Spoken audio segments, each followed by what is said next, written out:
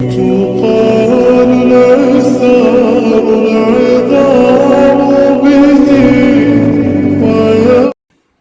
جو چیز مانگتے ہیں نا اللہ تعالیٰ سے، اللہ کو وہ پہلے سے ہی معلوم ہوتا ہے۔ ہم جس چیز پر تڑپتے ہیں نا، اللہ تعالیٰ پہلے سے ہی اس تڑپ سے واقف ہوتا ہے کہ ہم یہ مانگیں گے اللہ سے۔ اسے پہلے سے ہی پتہ ہوتا ہے کہ ہمارا دل کس چیز میں الجھ گیا ہے۔ تو جب اللہ کو پہلے سے ہی معلوم ہوتا ہے تو وہ ہمیں کیوں عطا نہیں کرتا؟ اس لیے تو اس نے دعا بنائی، دعائیں مانگنے کے لیے ہمیں بنایا، تاکہ ہم اس سے مانگیں، اس سے باتیں کرتے رہیں، اسے بلاتے رہیں، اس سے دور نہ ہو جائیں، اس کے قریب رہیں، تاکہ وہ ہماری طرف متوجہ ہو سکے۔ ہم اس سے مانگیں اور انہی باتوں میں وہ ہمارا الجھا ذہن اس چیز سے ہٹا دیتا ہے۔ اتنی محبت کرتا ہے اللہ ہم سے کہ ہمارے لیے ہمیں وہ غم دکھاتا ہے اور ہمارے لیے ہم سے محبت کرتا ہے۔ ہماری زندگی میں آنے والی اور ہونے والی ہر چیز میں اللہ کی مصلحت ہے۔ کسی کا زندگی میں آنا یا چلے جانا، راتوں کو اٹھ کر رونا یا چین کی نیند سو جانا، ایک لمحے میں ہزاروں یادوں کا بننا اور اگلے ہی لمحے میں ان تمام یادوں کا بکھر جانا، یہ سب اللہ کی رضا سے ہے۔ اللہ جانتا ہے کہ میرا یہ بندہ میری جانب ایک آواز پر آ جائے گا، اور اس بندے کو مجھے تھوڑی سختی سے اپنی طرف لانا ہوگا، تبھی وہ ہمیں زندگی کی ایسی حقیقتوں سے ملواتا ہے کہ ہم ٹوٹ جاتے ہیں، پھر اس کی طرف بھاگ چلے جاتے ہیں۔ ٹھوکر پر ٹھوکر کھا کر بار بار گرنا، یہ چوٹیں پھر اللہ تک لے کر جاتی ہیں، اور لے جائیں کیوں نہ، اس کی دسترس میں ہی تو بس ہر زخم کا مرہم ہے۔ تھک جانا برا نہیں ہے، مایوس ہو جانا برا ہے، بہت برا۔ اور مایوس انسان بس تب ہوتا ہے جب اسے اللہ کی طاقتوں پر، اس کی رحمتوں پر یقین نہیں رہتا، اور جب یہ بات بھول جاتا ہے کہ جس نے یہ حالات پیدا کیے وہ یہ حالات بدل بھی سکتا ہے۔ دیکھو، ہر چیز انسان کے بس میں نہیں ہوتی، بلکہ کوئی بھی چیز انسان کے بس میں نہیں ہوتی جب تک اللہ نہ چاہے۔ پھر اسے مایوس کیوں ہونا، جس کے حکم کے بغیر ایک پتا بھی نہیں ہل سکتا، جس کے ایک حکم پر یہ کائنات بنا دی گئی اور ایک ہی حکم پر ختم بھی کر دی جائے گی۔ مایوس تو وہ ہوتے ہیں جن کے پاس اللہ نہیں ہوتا۔ ہمارے پاس تو اللہ ہے، یعنی بادشاہوں کا بادشاہ، یعنی ہمارا آخری اور واحد مددگار۔ اللہ تم سے بہت محبت کرتا ہے، وہ تمہیں ہر اس لمحے میں سنتا ہے جب تمہیں خود بھی تمہاری آواز سنائی نہیں دیتی۔ تم اسے دیکھ نہیں سکتے، مگر وہ تمہیں دیکھ سکتا ہے۔ وہ جانتا ہے تمہیں پریشانی ہے، وہ جانتا ہے تمہارے کرب کو، تو پھر تم اس کے سننے پر شک کیوں کرتے ہو؟ کیونکہ دل میں یہ وسوسے لاتے ہو۔ کیوں یہ دل میں وسوسے لاتے ہو؟ اللہ تمہیں دیکھ نہیں رہا؟ جو چیز تمہیں اللہ کے سوا کوئی نہیں دے سکتا، اسے انسان سے کیوں مانگتے ہو؟ جس یقین کا حقدار اللہ کے سوا کوئی نہیں، وہ یقین انسان پر کیوں رکھتے ہو؟ جس محبت کا حقدار صرف اللہ ہے، وہ محبت انسان کو دے کر پھر نصیب سے شکوہ کیوں کرتے ہو؟ اللہ کو راضی رکھنا سیکھ، بس باقی سارے خود بخود راضی ہو جاتے ہیں۔ کبھی اس کے علاوہ کسی سے کچھ مت مانگو، اور نہ کسی سے کسی کی بھی چیز کی امید رکھو، پھر چاہے وہ ہمدردی ہو یا محبت۔ انسان بھیک میں بھی ذلت کے سوا کچھ نہیں دیتا۔ بادشاہ تو بس خدا ہی ہے، معجزوں کا بھی، عطا کا بھی۔ مشکل وقت میں ہمیشہ دعا مانگا کرو، کیونکہ جہاں انسان کا حوصلہ ختم ہوتا ہے، وہاں سے اللہ پاک کی رحمت شروع ہوتی ہے۔ جب دعا کرتے وقت تمہاری آنکھوں سے آنسو آنے لگے تو سمجھ جانا تمہاری دعا بارگاہ الہی میں قبول ہو چکی ہے۔ لوگ جتنا بھی دل دکھائیں، یہ یاد رکھا کریں کہ جب اللہ کے بندے ہمیں توڑتے ہیں تو ان کا توڑنا ہمیں اللہ سے جوڑتا ہے۔ صبر کی دو صورتیں ہیں، جو ناپسند ہو اسے برداشت کرنا، اور جو پسند ہو اس کا انتظار کرنا۔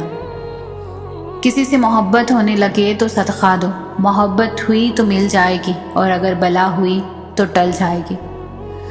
اگر کوئی تم سے ناراض ہے اور اسے اس بات کا غرور ہے کہ تم اسے منا لوگے، تو اس غرور کو کبھی ٹوٹنے مت دینا۔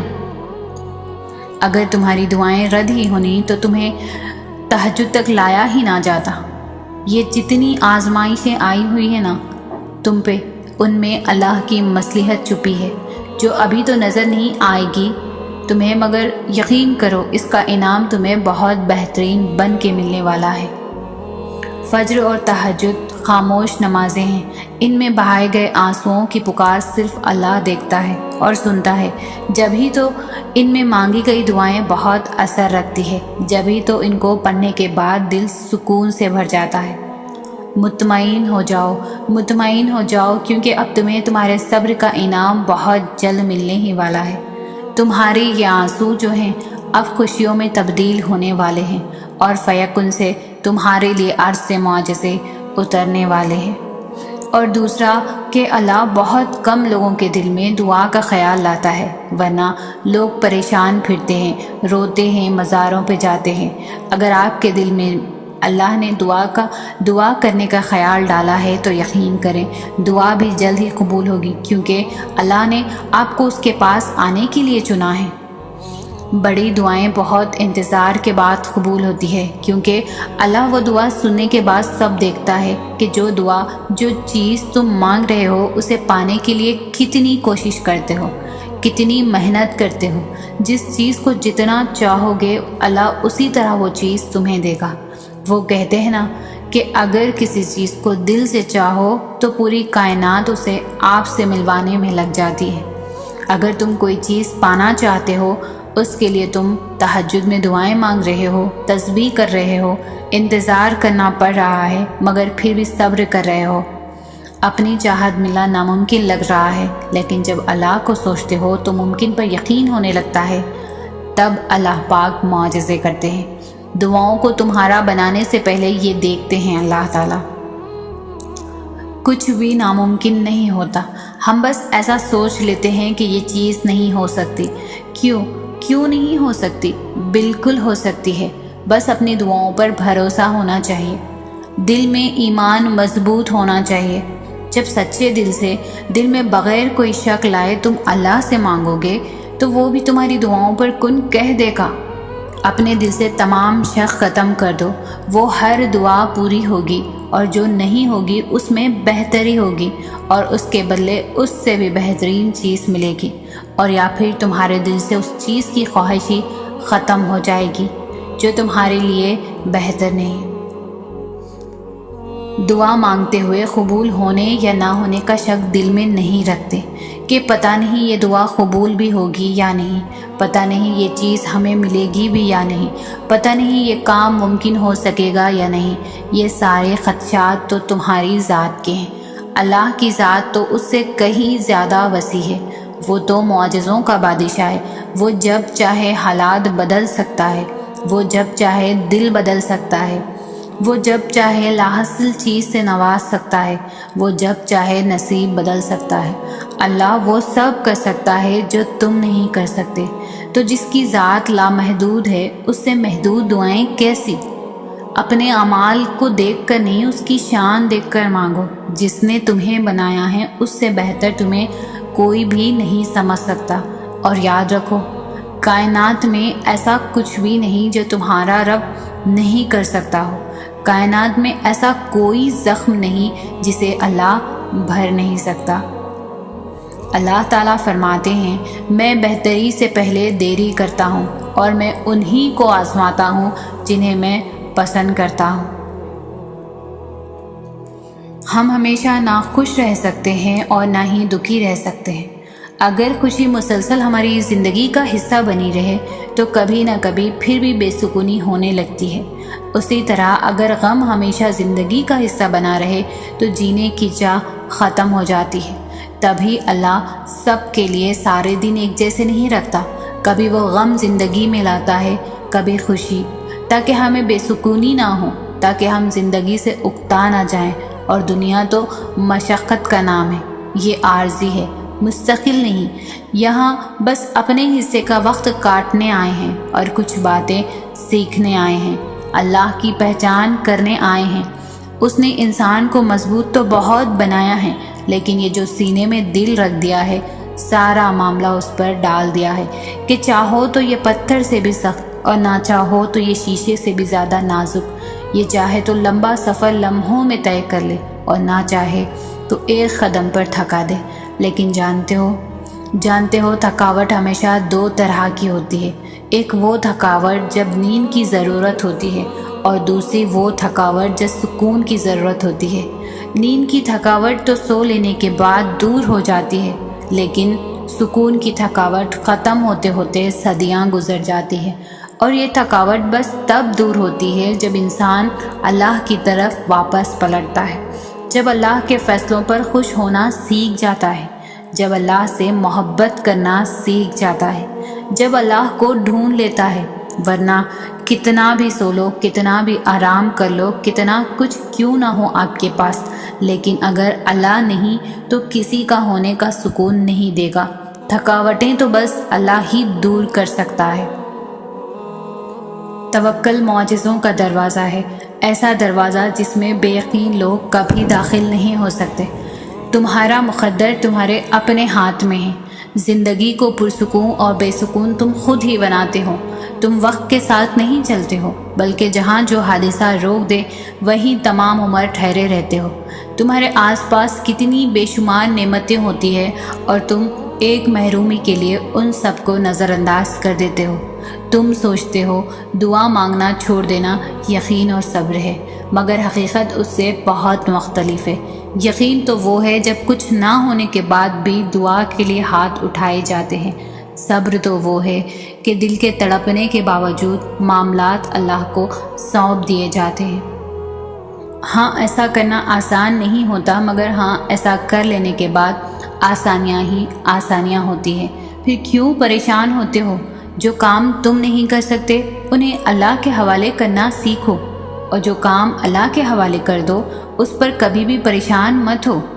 ہاں، دعا ضرور مانگو، مگر نصیب سے مت لڑو، نعمتوں کو مت ٹھکراؤ، دعاؤں کی بے ادبی مت کرو۔ یہ کر کے دعائیں اب قبول نہیں ہوں گی، کیونکہ دعائیں ہمیشہ قبول ہوتی ہے، اور وہ تو اتنا رحیم ہے کہ کافر کا سوال بھی رد نہیں کرتا۔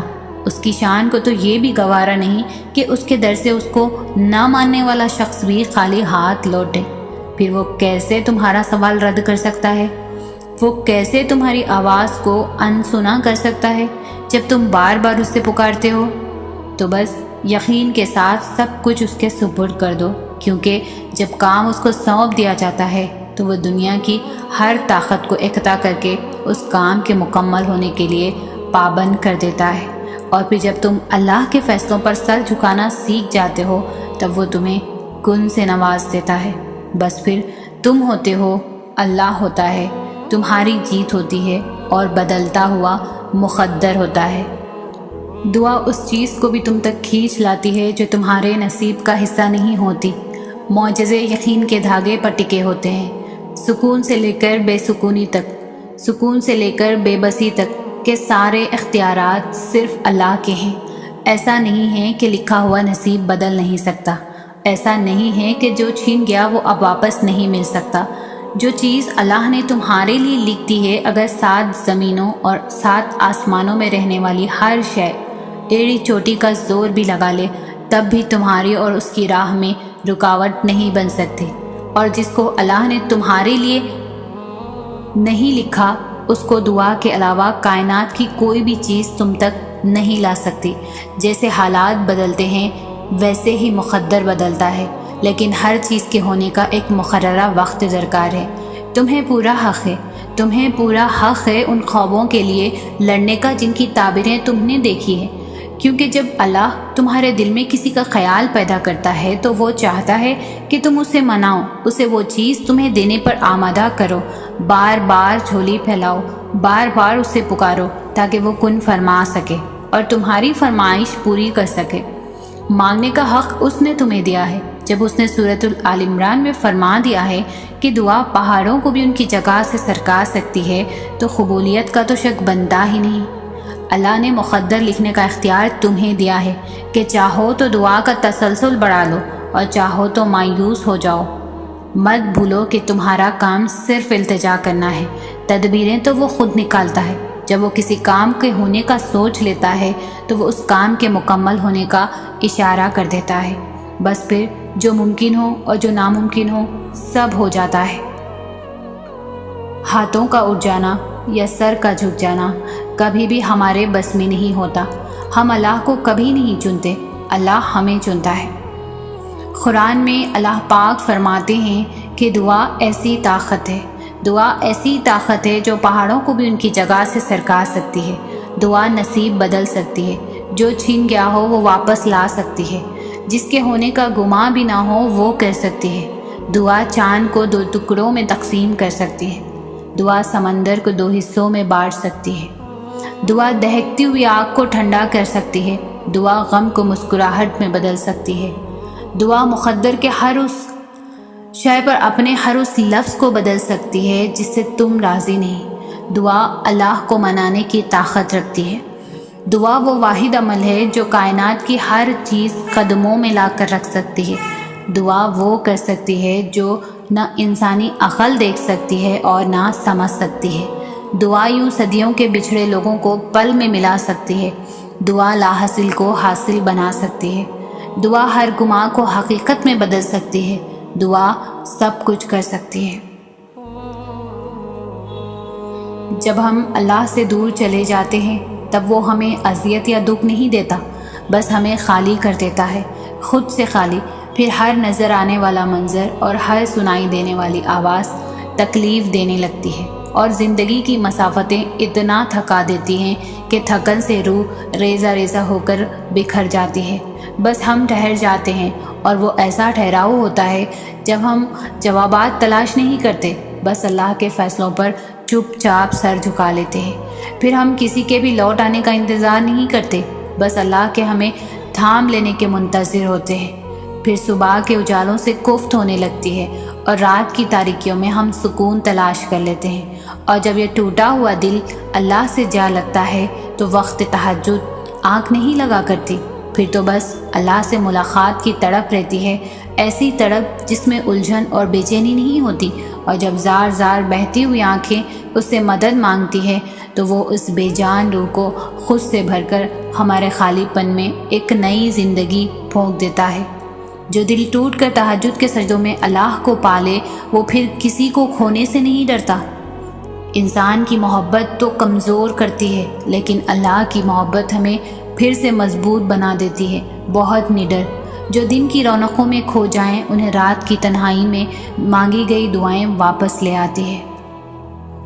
پھر وہ وقت بھی آئے گا جب تم پر یہ ساری مصلحتوں کی حقیقت کھل جائے گی، جب ہر چیز، ہر امتحان، ہر آزمائش کی سمجھ آنے لگے گی، جب تمہیں صبر عطا کر دیا جائے گا، ایسا صبر جس کے بعد حوصلوں کو زوال نہیں ہوگا، جب تمہیں مکمل جوڑ دیا جائے گا اتنی مضبوطی سے کہ پھر کوئی تمہیں توڑ نہیں سکے گا، جب تمہیں ہر اس چیز سے نواز دیا جائے گا جس کی تم نے چاہت کی تھی، جس کی تڑپ سے تم نے راتوں کو اٹھ کر اللہ کو پکارا تھا، جب تمہیں ہر اس آنسوں کا صلہ دگنا کر کے دیا جائے گا جو تم نے مسکراہٹ کے پیچھے چھپا لیے تھے۔